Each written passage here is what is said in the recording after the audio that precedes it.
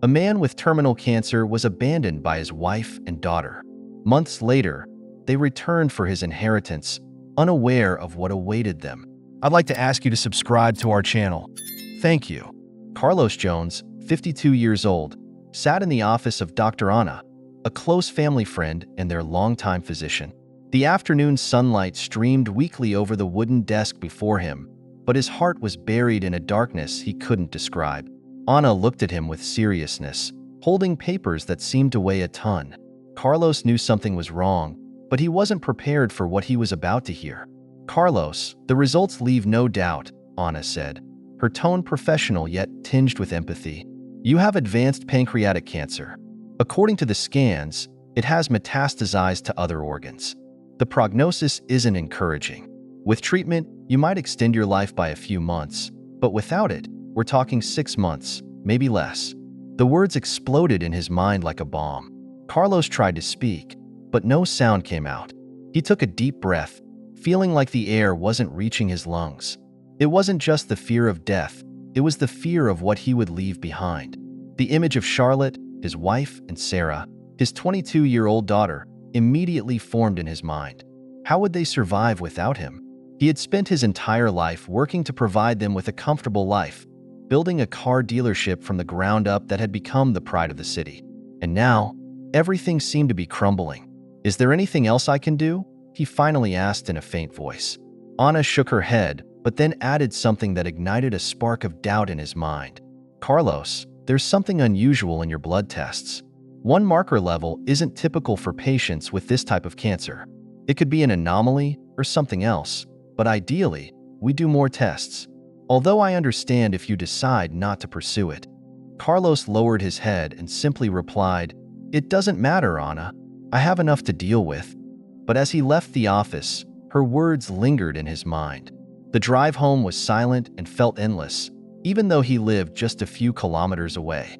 The city's traffic seemed like a cruel reminder that, for the world, everything continued as usual while his life came to a standstill. Every red light became a pause for reflection, and with each passing minute, his anguish deepened. When he finally arrived at his home, a spacious, modern residence in the suburbs, he stopped at the front door for several minutes, unable to go in. As he crossed the threshold, he heard the laughter of Charlotte and Sarah coming from the living room. For a moment, a flicker of relief warmed his heart. Maybe he could face this with their support. However, when he entered and saw them together, something felt off. Charlotte, noticing his presence, quickly tucked away some papers they had been reviewing. "Carlos, you're home early," she said with a smile, though her hands trembled slightly. "Yes, I finished early," he replied, feigning normalcy. He watched as Sarah hastily put away her phone and headed to her room. Something wasn't right, but he didn't press the matter. He needed time to process what he had just learned. That night, in the solitude of his office, Carlos tried to summon the courage to tell them the truth. He opened a bottle of whiskey he had been saving for a special occasion and poured himself a glass. As the liquor slid slowly down his throat, his thoughts darkened. Would they really be there for him? Something about Charlotte's demeanor unsettled him. For months, he had noticed a certain distance in her, but he had always attributed it to stress or the years they had been together. He opened a desk drawer and pulled out an old photo.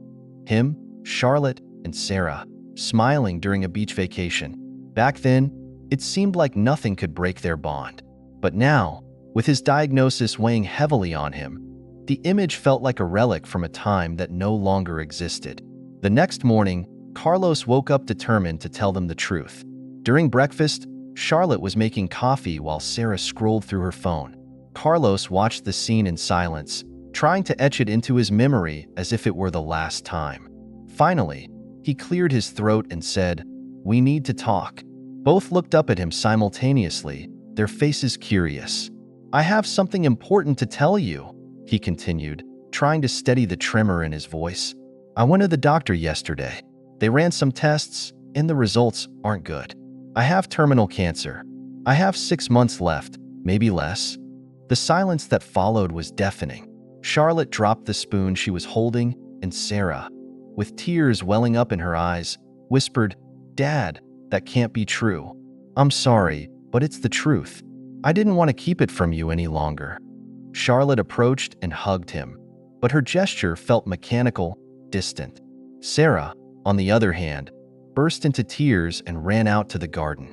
Carlos remained motionless, feeling the emptiness in his chest grow.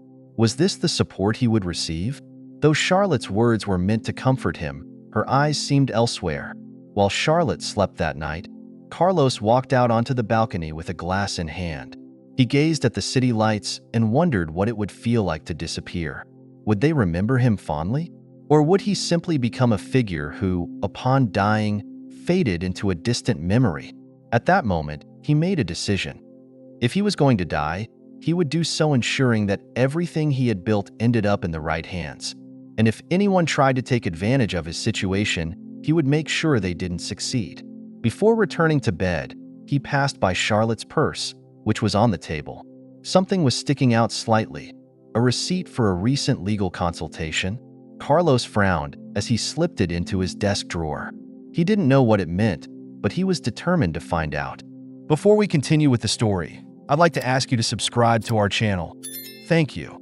Dawn at Carlos Jones's house seemed as routine as any other day, but for him, everything had profoundly changed.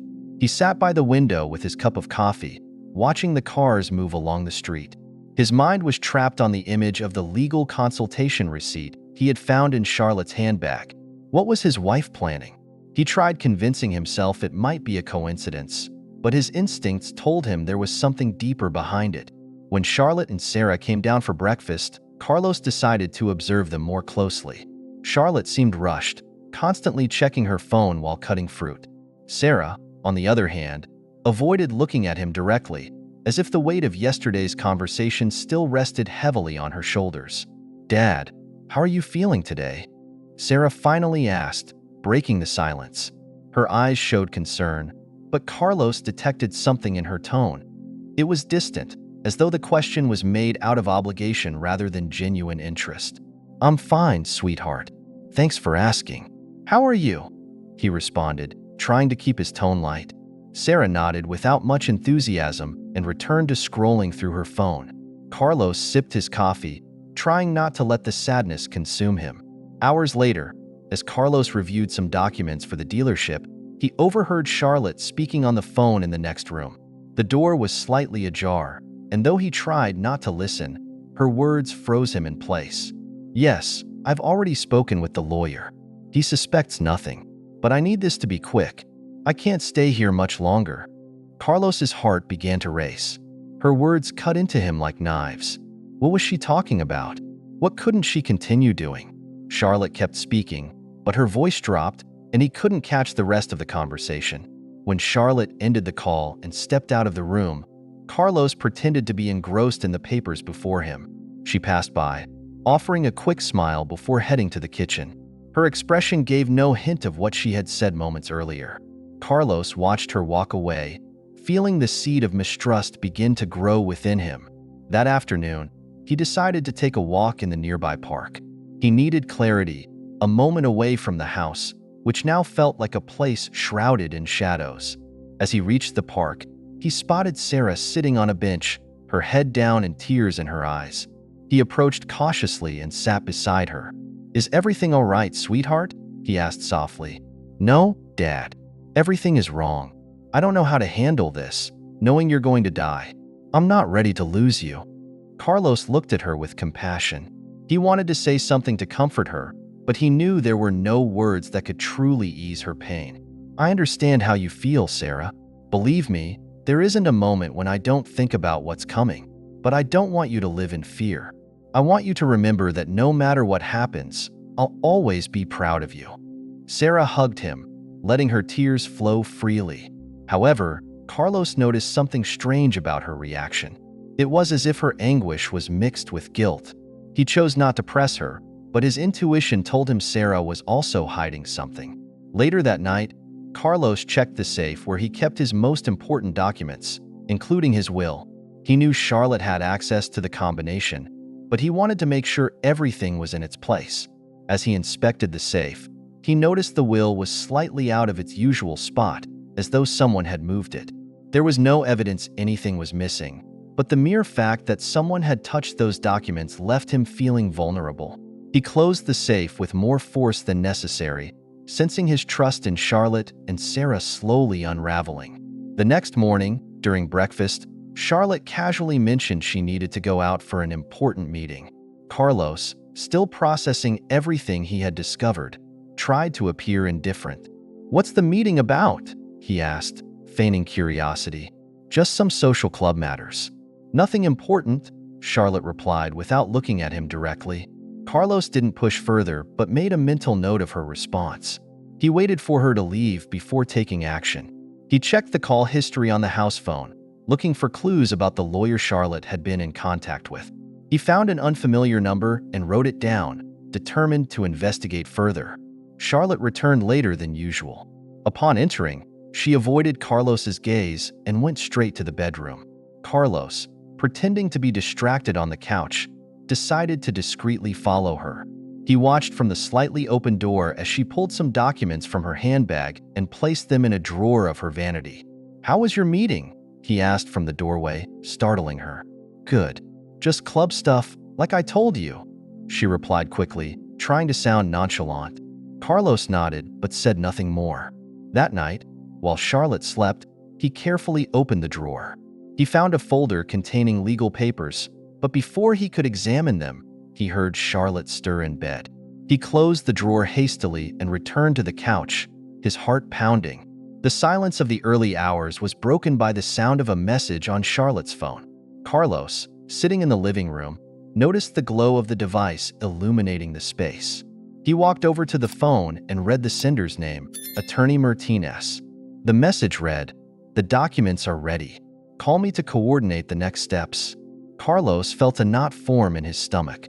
Now he had confirmation that Charlotte was planning something, though he didn't yet know exactly what. The sense of betrayal grew stronger, and though his body felt weakened by the illness, his mind filled with a new determination. Carlos woke up that morning more exhausted than usual. The weight of his suspicions about Charlotte and Sarah had turned every second into an internal battle. As he struggled to get up, he heard the sound of the TV coming from the living room. Slowly, he made his way there and found Sarah on the couch, wrapped in a blanket, staring blankly at the screen. "Didn't sleep well, sweetheart?" Carlos asked, trying to connect with her.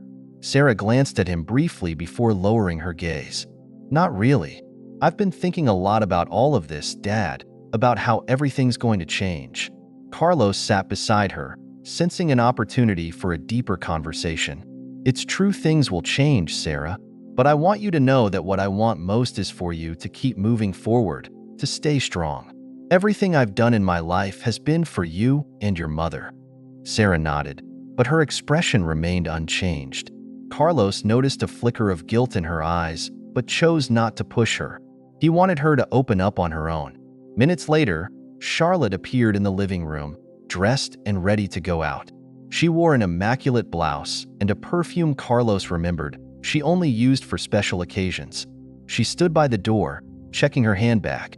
"I have some important errands to run today. Don't wait for me for lunch," she said without offering much context. Carlos raised an eyebrow, trying not to let his distrust show. "Can I ask what kind of errands?"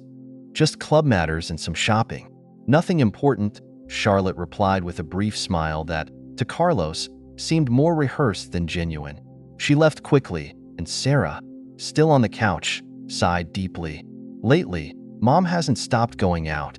It's like she's avoiding being here," she murmured, almost as if talking to herself. Carlos listened carefully, but didn't reveal his thoughts. He simply nodded, as if dismissing it.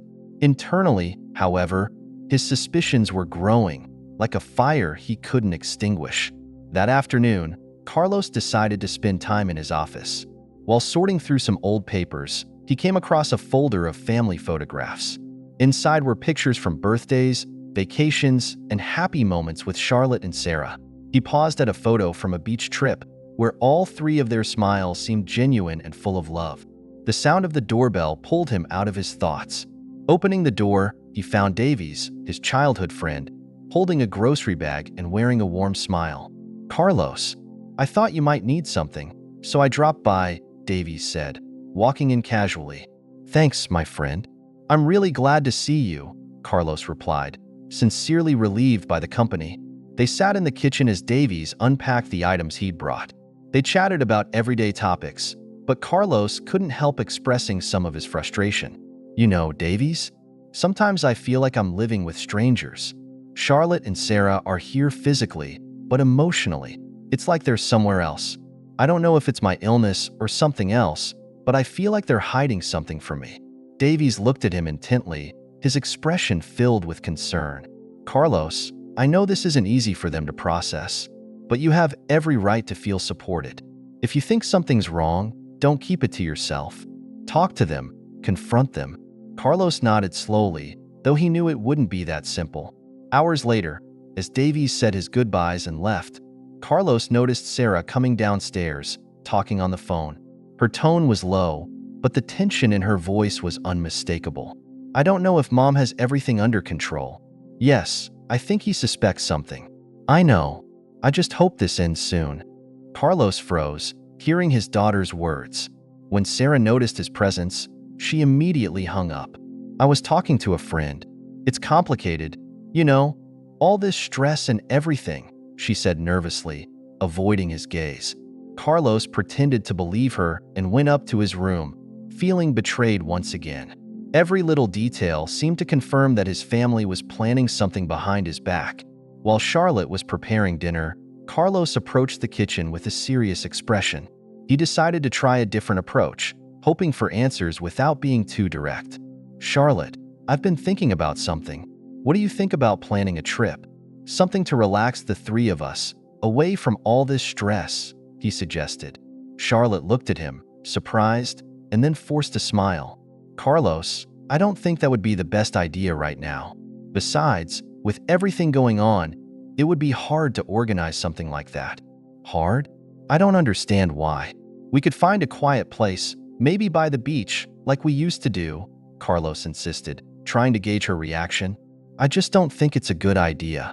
Let's wait until things settle down, Charlotte replied, closing the conversation with a firm tone. Carlos noticed that she seemed annoyed by his persistence. He decided not to push further for the moment, but his instincts told him Charlotte was avoiding any emotional connection with him. Later, after Charlotte left the kitchen, Carlos discreetly checked her handbag. Once again, he found the folder with legal documents he had seen before, but this time he had enough time to go through its contents. Inside, there were papers related to properties and bank accounts. What caught his attention most was a form mentioning a transfer of assets. Carlos's heart raced as he read the details. It seemed Charlotte was trying to claim certain assets in her name. Although he didn't fully understand the legal terms, he knew this wasn't just a simple reorganization of accounts. He put the documents back in place before Charlotte returned, but that night he couldn't sleep. Each piece of the puzzle was beginning to fit together, and the picture it revealed was more painful than he could have imagined. The air inside the house felt heavier with each passing day. Carlos noticed it in every evasive glance from Charlotte and every distant response from Sarah. It was as if their presence was born out of obligation, not choice. The days were filled with uncomfortable silences and tensions that built without breaking. But Carlos knew it couldn't last much longer.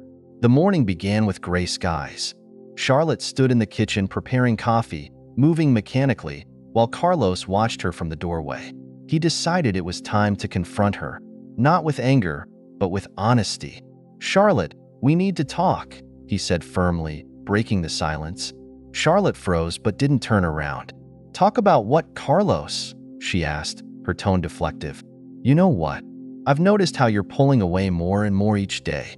Don't look at me as if you don't know what I'm talking about. I need to know what's going on, what you're thinking," Carlos continued, maintaining his composure despite the anger simmering inside him. Finally, Charlotte set the cup down on the table and turned to face him. Her eyes, once full of love and complicity, now reflected a mix of guilt and exhaustion. "It's not easy for me, Carlos. Watching you waste away, seeing how the illness is taking everything from us. I can't carry this burden alone," she admitted, crossing her arms as if shielding herself from what was coming. Carlos stepped closer, searching for the truth in her gaze. "I'm not asking you to do this alone. But what I do need to know is whether you're here because you want to be with me or because you feel it's your duty." Charlotte lowered her eyes. Her silence was the clearest answer she could give.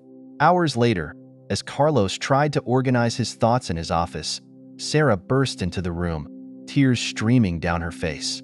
"Dad, Mom wants to talk to you. She says it's urgent," she said, her voice trembling under the weight of the words she carried. Carlos stood with effort, dreading what was to come, and followed Sarah to the living room. There, Charlotte sat on the couch, holding an envelope in her hands. When Carlos entered, she stood and looked him directly in the eyes. "Carlos, this can't go on. I've made a decision, and I believe it's for the best for everyone," Charlotte began, clutching the envelope as if it were a shield. Carlos felt his heart stop. "What decision, Charlotte? What does that mean?" She took a deep breath before answering. "We're leaving. Sarah and I can't stay here anymore. This is destroying us. It's not fair to anyone," she said, her voice attempting to sound firm but betraying her insecurity.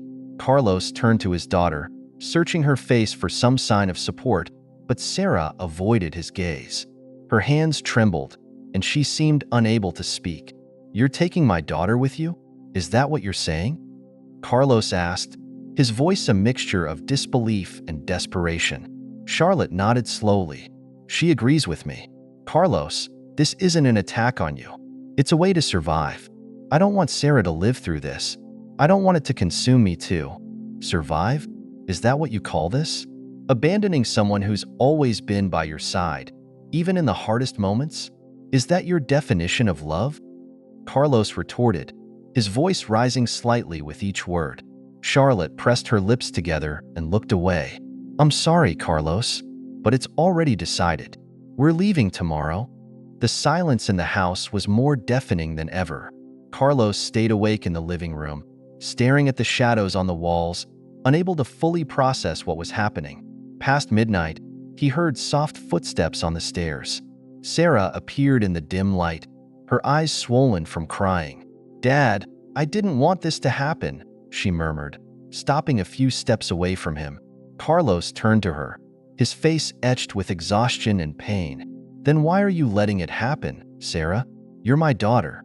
I've always done everything for you. How can you leave?" Sarah collapsed into a nearby chair, hugging herself. "I don't know what to do. Mom says it's for the best, but I feel like I'm betraying you. I hate this, Dad. I hate all of it." Carlos approached her and took her hands.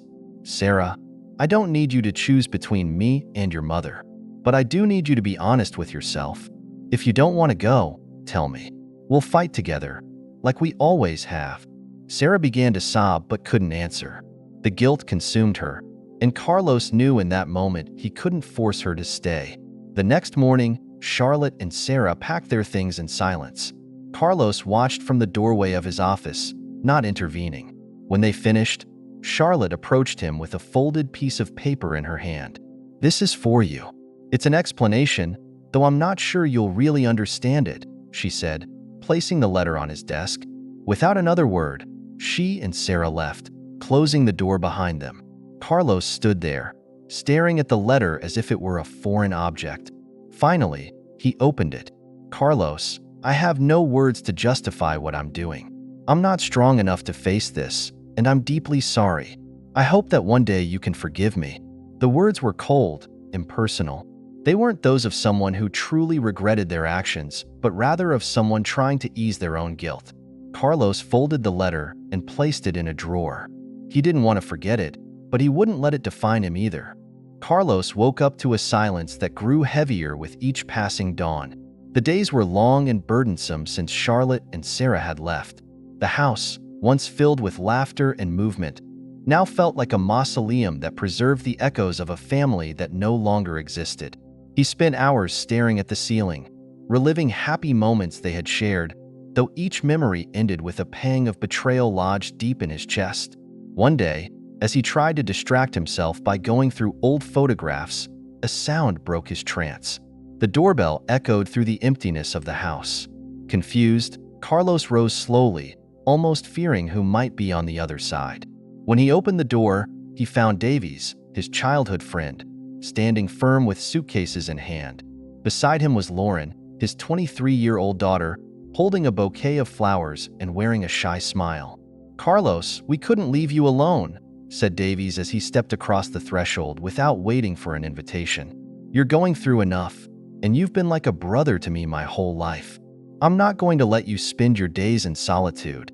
Carlos stood silent for a moment, trying to process what was happening. "Davies, you don't have to do this. I don't want to be a burden to anyone." "A burden? Carlos, you were there for me when no one else was. When my wife passed away, you were the one who gave me the strength to live again. It's time you let me return the favor," Davies replied firmly. Lauren nodded, showing her support. Though his friend's words were heartfelt, Carlos felt a lump in his throat. He wasn't used to accepting help, but the weight of solitude he had carried for weeks made him relent. He stepped aside, allowing Davies and Lauren to enter the house. From the moment they arrived, the atmosphere in the house began to change. Davies, with his carefree humor, managed to bring smiles to Carlos's face even on his darkest days. Lauren, on the other hand, took it upon herself to care for Carlos as if it were her personal mission. She prepared his meals, organized his medication, and, most importantly, ensured he always had company. Though Carlos initially protested, insisting he didn't need looking after, he soon grew grateful for their presence. One afternoon, as Lauren was preparing dinner, Carlos leaned against the kitchen doorway. "I don't know how to thank you for this. I was convinced I had no one left." Lauren turned to him with a warm smile. "You don't have to thank us for anything. My dad always said family isn't just about blood. It's about the people who stay when things get tough. You were always there for us, and now it's our turn." Carlos couldn't help but feel emotional at Lauren's words. For the first time in weeks, he felt a glimmer of hope and a reason to keep going. The days began to take on a different rhythm. Davies would often take Carlos to the backyard, where they would sit and reminisce about their youthful adventures. Laughter once again echoed through the house, and though Carlos knew his time was limited, each day felt fuller and more vibrant. Yet, the shadow of Charlotte and Sarah still loomed over him. Not so much the pain of their departure, but the fear that they might try to claim what remained of his legacy. One evening, as they all gathered in the living room to watch a TV show, Carlos decided it was time to speak. "Davies, Lauren, there's something I need to do, and I need your help." Davies leaned forward, attentive. "Tell me, brother, whatever you need. I want to make sure that, no matter what happens, my inheritance ends up in the right hands. I don't want Charlotte or Sarah to come back and take what they don't deserve. They abandoned me once. I won't give them another chance to betray me." Davies nodded slowly. "I understand. What do you have in mind?" Carlos explained his plan to adjust his will and transfer most of his assets to Davies and Lauren, who had become his new family. Davies tried to protest, saying they didn't need anything, but Carlos was resolute. "This isn't about you. It's about protecting what I worked so hard to build. I want my legacy to be in the hands of people who truly value it." Lauren, who had been silent, finally spoke. "If that's what you want, we'll be here to support you. But I want you to know something. The most valuable thing you've given us isn't your assets, it's your trust. That's what truly matters." Carlos felt a lump in his throat as he listened to Lauren's words. For the first time, he felt confident he was making the right decision. In the days that followed, Davies accompanied Carlos to his lawyer's office to make the necessary changes to the will. During the meeting, Carlos made it clear that he wanted Davies and Lauren to be the primary beneficiaries, ensuring Charlotte and Sarah couldn't claim anything. He also left a written message for them, expressing his pain at being abandoned, but also his resolve to move forward without them. As they left the office, Davies placed a hand on Carlos's shoulder. "You're doing the right thing, brother. I'm proud of you." Carlos gave a faint smile, feeling a mix of sadness and relief. He knew there were still many emotions to face, but for the first time in a long while, he felt in control of his destiny. As they prepared for dinner, the doorbell rang again. Lauren went to answer it and returned with an envelope in her hand. "This is for you, Carlos," she said, handing it to him. Carlos opened the envelope with trembling hands and found a letter from Charlotte. As he read the first few lines, his expression hardened. Charlotte wrote that she and Sarah were planning to return to the city to settle some pending matters. Though she didn't say it outright, Carlos knew exactly what she meant. They were interested in his inheritance. Davies, noticing the change in Carlos's expression, asked, "Is everything okay?" Carlos looked up, clutching the letter tightly. "I'm not going to let them come back and destroy what's left. This time, I'll be ready." As Davies nodded with a serious expression, Lauren stepped closer and gave Carlos's arm a reassuring squeeze. "You're not alone in this. We'll face it together." Carlos looked at Davies and Lauren, feeling a gratitude he couldn't put into words. For the first time, he didn't just have a family. He had an army ready to fight for him. The calm that Carlos had begun to build with Davies and Lauren was disrupted days after receiving Charlotte's letter. They heard a car parking in front of the house, and from the living room window, Davies recognized Charlotte and Sarah stepping out of the vehicle. Both looked impeccable, but there was something calculated about their movements, as if they were following a carefully rehearsed script. Carlos, seeing them, took a deep breath, trying to calm the whirlwind of emotions rising inside him. Davies placed a hand on his shoulder. "Remember, Carlos, you don't have to face them alone. We're here with you." Carlos nodded, but his jaw was tight. He knew this confrontation was inevitable, but he hadn't imagined how much it would hurt to see them again. When Charlotte and Sarah entered the living room, their first act was to glance at Davies and Lauren with clear discomfort. Ignoring everyone else, Charlotte walked straight up to Carlos. "Carlos, we need to speak with you alone. Whatever you have to say, you can say it here," Carlos replied coldly. His tone left no room for negotiation. Sarah tried to ease the tension, stepping closer with a smile that seemed forced. "Dad, we just wanted to make sure you're okay. We've been thinking about you and wanted to spend time together as a family." Carlos couldn't help but laugh bitterly. "Family? Is that what you're calling it now? Because when I needed you the most, family turned its back on me." Charlotte crossed her arms, clearly irritated. "We didn't come here to argue about the past, Carlos. We've been through a lot as well, and we just couldn't handle everything that was happening." "I understand perfectly," Carlos said, his voice a mix of sarcasm and sadness. "Managing life far away from me must have been so difficult, especially after you left someone facing death all alone." The tension in the air was palpable. Davies, who had been silent until that moment, decided to step in. "If you came here looking for reconciliation, you'll have to do better than this. Carlos doesn't deserve more lies." Charlotte glared at him, but before she could respond, Carlos raised a hand to stop her. "I know exactly why you're here. There's no need to keep pretending." Sarah opened her mouth to protest, but Carlos continued, his voice now filled with a firmness he hadn't displayed in months. "You came because you know I'm dying. You came because you expect that after abandoning me, you still have some kind of right to what's mine." Charlotte seemed to stiffen, and Sarah lowered her gaze, unable to meet her father's eyes. "Carlos, it's not what you think," Charlotte tried to say, but her wavering tone betrayed her. "Not what I think? Then why do you have a lawyer? Why were you discussing the house's documents? Why did you care so much when I mentioned my will?"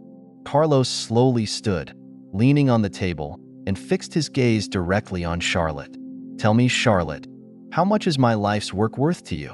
How much is everything we sacrificed together worth to you?" The silence that followed was deafening. Charlotte couldn't respond, and Sarah seemed on the verge of tears. Later that day, Carlos's lawyer arrived at the house for the official reading of the will in front of all involved parties. Charlotte and Sarah tried to maintain neutral expressions, but their discomfort was evident. Davies and Lauren sat on either side of Carlos, providing the support he needed. The lawyer began reading the document in a calm and professional tone. Carlos had left clear instructions. The majority of his assets, including the house and the dealership, would be transferred to Davies and Lauren in recognition of their loyalty and unconditional care. Charlotte and Sarah were to receive only a small sum to cover basic needs, along with a personal letter Carlos had written. When the lawyer handed the letter to Charlotte, her hands trembled as she opened it. Carlos's words were direct and painfully honest. "Charlotte and Sarah, all I ever wanted was a family that would stand by me during difficult times, just as I stood by you. It hurt me deeply to see how you chose to abandon me when I needed you most. This will is not a punishment but a reflection of the decisions you made. I hope that one day you find peace and understand the value of loyalty and true love." Charlotte closed the letter with a heavy sigh, while Sarah tried to hold back tears. Davies, noticing their discomfort, leaned toward Carlos and whispered, "I think you've left them speechless, brother." Carlos nodded, though there was no joy in his expression, only a calm resignation. After the reading of the will, Charlotte attempted to speak to Carlos privately, but he refused.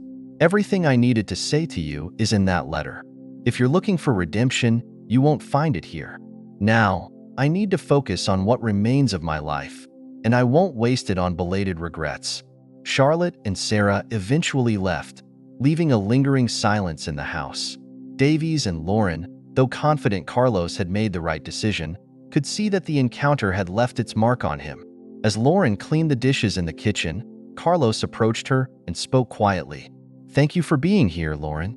I don't know how I would have faced this without you." Lauren smiled, setting the dish down in the sink to take Carlos's hand. "You taught us what true family means. This is the least we can do."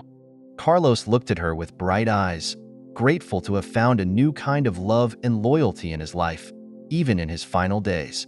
As Carlos found peace in his decision, Charlotte and Sarah began to face the consequences of their actions. Meanwhile, Davies and Lauren started planning how to honor Carlos's legacy, ensuring that his memory and values would live on long after his passing.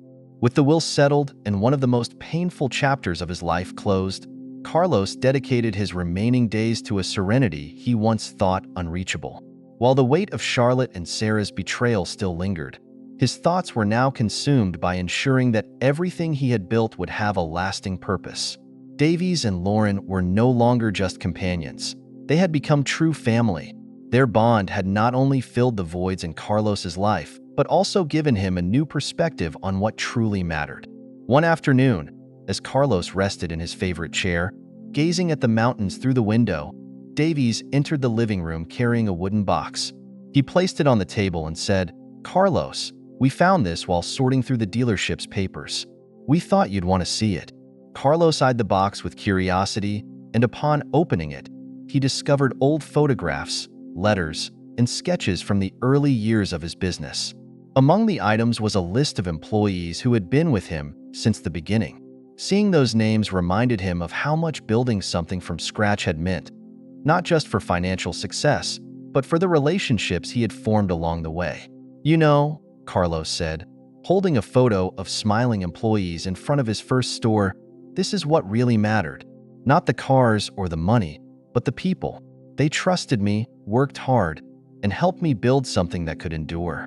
Lauren, sitting nearby on a sofa, smiled warmly.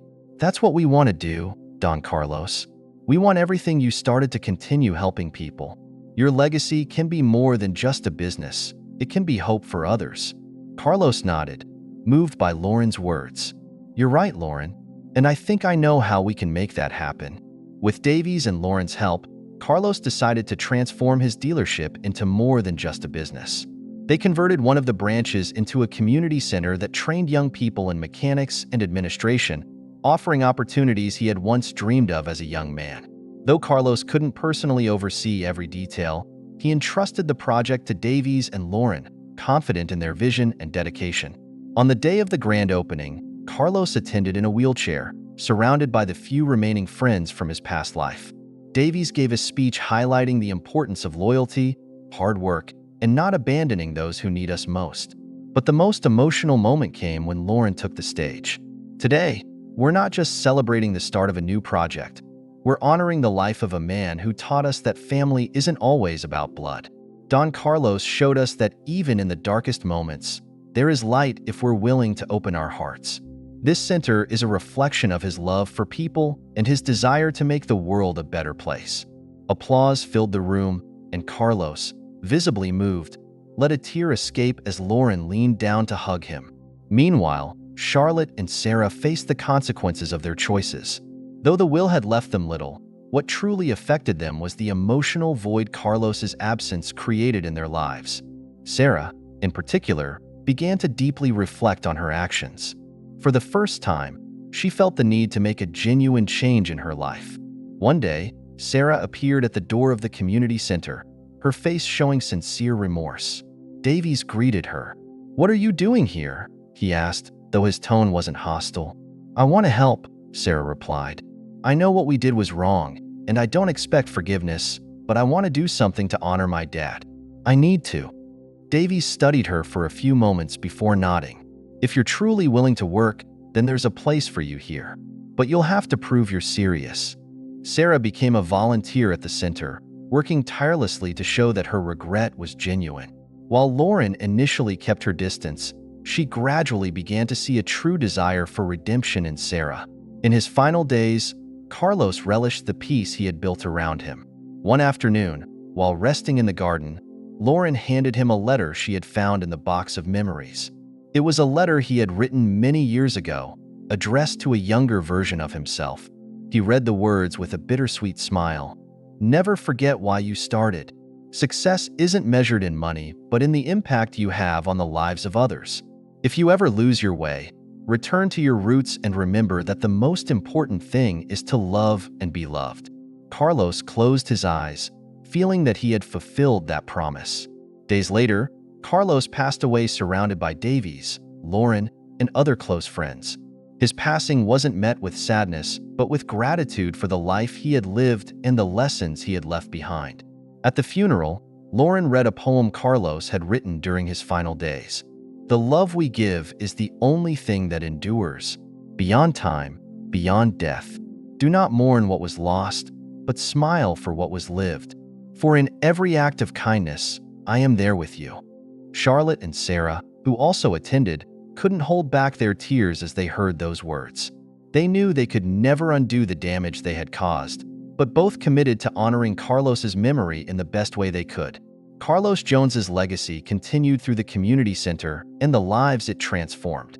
Davies and Lauren worked tirelessly to keep his memory alive, while Sarah, in her pursuit of redemption, became a strong advocate for the project, helping young people find their way. Carlos left this world with the peace of having lived with purpose, and his story became an eternal reminder that true wealth lies not in material possessions, but in the love and loyalty we share with others.